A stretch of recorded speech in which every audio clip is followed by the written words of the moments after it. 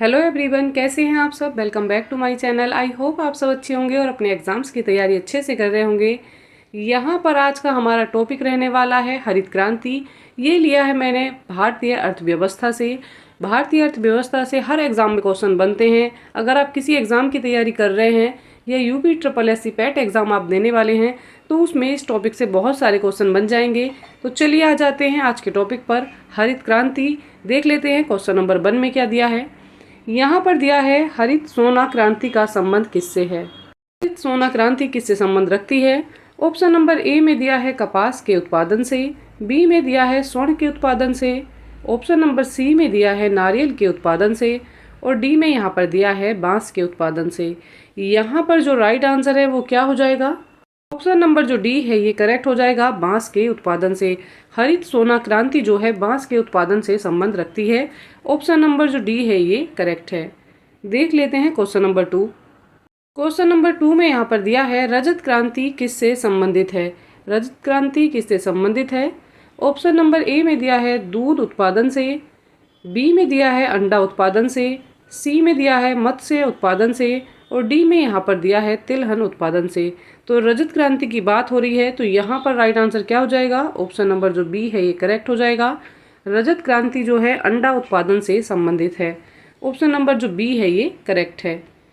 चलिए आते हैं क्वेश्चन नंबर 3 पर। क्वेश्चन नंबर 3 में यहाँ पर दिया है हरित क्रांति शब्द के प्रतिपादक कौन है। बात यहाँ पर हरित क्रांति की नहीं हो रही है, हरित क्रांति शब्द की हो रही है। इस शब्द के जनक कौन है, ये शब्द सबसे पहले किसने प्रयोग किया तो उसकी बात की जा रही है। यहाँ पर ऑप्शन नंबर ए में दिया है नॉर्मन बोरलॉग, बी में दिया है विलियम गॉड और ऑप्शन नंबर सी में यहाँ पर दिया है बर्गिज कुरियन और ऑप्शन नंबर डी में दिया है एम.एस. स्वामीनाथन। तो यहाँ पर जो राइट आंसर है वो क्या हो जाएगा। ऑप्शन नंबर जो बी है ये करेक्ट है। विलियम गॉड ने हरित क्रांति शब्द का प्रतिपादन किया था। ऑप्शन नंबर जो बी है ये करेक्ट है। देख लेते हैं क्वेश्चन नंबर 4। क्वेश्चन नंबर 4 में यहाँ पर दिया है भारत में कृषि उत्पादन बढ़ाने के लिए सदाबहार क्रांति शब्द का प्रयोग किसने किया। तो सदाबहार क्रांति शब्द का प्रयोग किसने किया था। ऑप्शन नंबर ए में दिया है नॉर्मन बोरलॉग ने, ऑप्शन नंबर बी में दिया है R.K. राव ने, ऑप्शन नंबर सी में यहाँ पर दिया है M.S. स्वामीनाथन और डी में दिया है राजकृष्णा।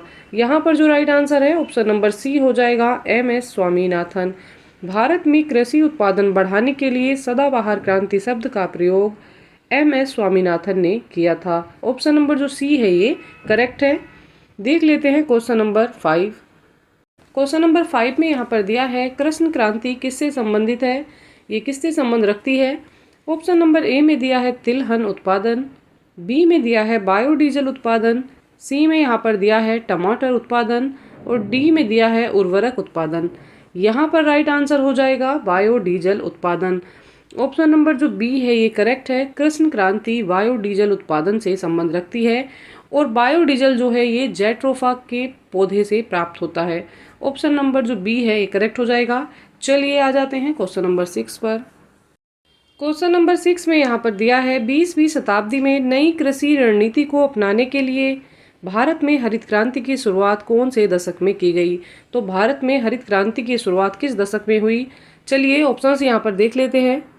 ऑप्शन नंबर ए में यहाँ पर दिया है 1960 के दशक में, 1970 के दशक में, ऑप्शन नंबर सी में दिया है 1950 के दशक में और डी में यहाँ पर दिया है 1990 के दशक में।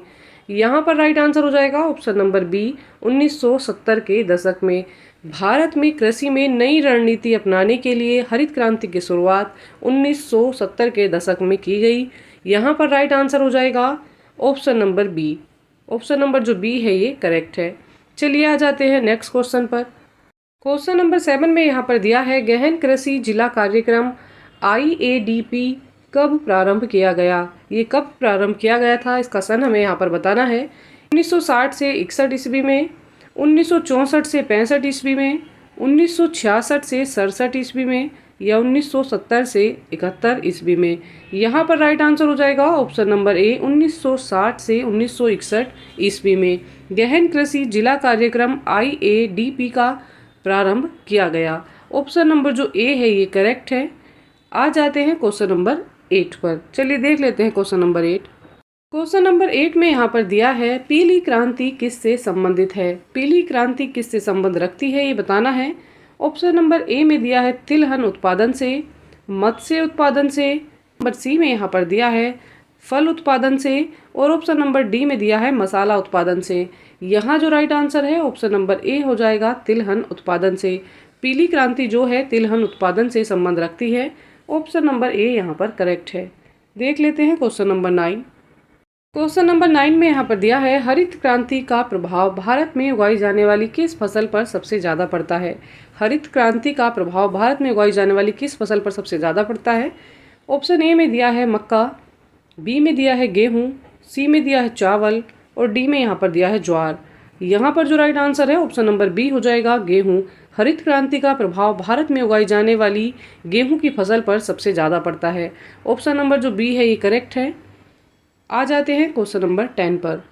क्वेश्चन नंबर 10 में यहाँ पर दिया है निम्नलिखित में से किसने भारत में कृषि उत्पादन बढ़ाने के लिए सदाबहार क्रांति शब्द का उपयोग किया। ये क्वेश्चन यहाँ पर दोबारा से रिपीट हो गया है। चलिए कोई नहीं, आंसर यहाँ पर कर देते हैं। यहाँ पर राइट आंसर हो जाएगा एम.एस. स्वामीनाथन। एम.एस. स्वामीनाथन ने भारत में कृषि उत्पादन बढ़ाने के लिए सदाबहार क्रांति शब्द का उपयोग किया था। ऑप्शन नंबर जो बी है ये करेक्ट है। आ जाते हैं क्वेश्चन नंबर 11 पर। क्या है विश्व उर्वरकों का सबसे अधिक प्रयोग कहाँ पर होता है। तो विश्व में सबसे ज़्यादा उर्वरक कहाँ पर प्रयोग किए जाते हैं। ऑप्शन नंबर ए में दिया है रूस, बी में दिया है चीन, ऑप्शन नंबर सी में दिया है अमेरिका और डी में दिया है भारत। यहाँ पर राइट आंसर हो जाएगा ऑप्शन नंबर बी चीन। विश्व में सर्वाधिक उर्वरकों का प्रयोग जो है वो चीन में किया जाता है। ऑप्शन नंबर जो बी है ये करेक्ट हो जाएगा। चलिए आ जाते हैं नेक्स्ट क्वेश्चन पर। क्वेश्चन नंबर 12 में यहाँ पर दिया है लाल क्रांति किससे संबंधित है। लाल क्रांति किससे संबंध रखती है। कपास के उत्पादन से, बी में दिया है चमड़ा उत्पादन से, सी में यहाँ पर दिया है केसर उत्पादन से और डी में दिया है टमाटर / लाल मांस के उत्पादन से। यहाँ पर जो राइट आंसर है ऑप्शन नंबर डी हो जाएगा टमाटर और मांस के उत्पादन से। लाल क्रांति टमाटर और मांस के उत्पादन से संबंध रखती है। ऑप्शन नंबर डी यहाँ पर करेक्ट है। आ जाते हैं क्वेश्चन नंबर 13 पर। क्वेश्चन नंबर 13 में यहाँ पर दिया है ऑपरेशन फ्लड कार्यक्रम का प्रारंभ कब हुआ। ऑपरेशन फ्लड कार्यक्रम का प्रारंभ कब हुआ था। ऑप्शन नंबर ए में दिया है 1957 ईस्वी में, बी में यहाँ पर दिया है 1970 ईस्वी में, ऑप्शन नंबर सी में यहाँ पर दिया गया है 1975 ईस्वी में और डी में दिया है 1985 में। यहाँ पर जो राइट आंसर हो जाएगा ऑप्शन नंबर बी करेक्ट है। 1970 में ऑपरेशन फ्लड कार्यक्रम की शुरुआत 1970 में की गई। चलिए आ जाते हैं नेक्स्ट क्वेश्चन पर। 14 देख लेते हैं। क्वेश्चन नंबर 14 में यहाँ पर दिया है विश्व में हरित क्रांति के जनक कौन थे। विश्व में हरित क्रांति के जनक किसको माना जाता है। चलिए ऑप्शंस देखते हैं। ऑप्शन नंबर ए में दिया है नॉर्मन बोरलॉग को, बी में दिया है एम.एस. स्वामीनाथन को, सी में यहाँ पर दिया है राजकृष्णा को और ऑप्शन नंबर डी में दिया है आर.के. वीराब को। यहाँ पर जो राइट आंसर है वो क्या है। यहाँ पर राइट आंसर हो जाएगा ऑप्शन नंबर ए। विश्व में हरित क्रांति का जो जनक है वो किसको माना जाता है, नॉर्मन बोरलॉग को। ऑप्शन नंबर ए यहाँ पर करेक्ट है। चलिए आ जाते हैं नेक्स्ट क्वेश्चन पर। नंबर 15 में यहाँ पर दिया है हरित क्रांति के अंतर्गत स्वतंत्रता के बाद भारत में किस फसल के उत्पादन में वृद्धि हुई। तो सबसे ज़्यादा वृद्धि जो है किस फसल के उत्पादन में हुई। ऑप्शन ए में दिया है चावल, बी में दिया है बाजरा, सी में यहाँ पर दिया है गेहूँ और डी में दिया है दाल। यहाँ पर जो राइट आंसर है ऑप्शन नंबर सी हो जाएगा गेहूँ। हरित क्रांति के अंतर्गत स्वतंत्रता प्राप्ति के बाद भारत में गेहूँ की फसल के उत्पादन में बहुत ज़्यादा वृद्धि देखने को मिली। ऑप्शन नंबर जो सी है ये करेक्ट है। इसी के साथ आज की क्लास भी कंप्लीट हो जाती है। आई होप क्लास आपके लिए हेल्पफुल रहेगी। के बाकी बचे हुए क्वेश्चन हम कल कंप्लीट करने वाले हैं। आज का हमारा टॉपिक था हरित क्रांति और साथ ही अब हम UPSSC पैट एग्जाम के लिए कंप्लीट प्रैक्टिस सेट भी लेकर आने वाले हैं। अच्छी तैयारी के लिए हमारे साथ बने रहिएगा।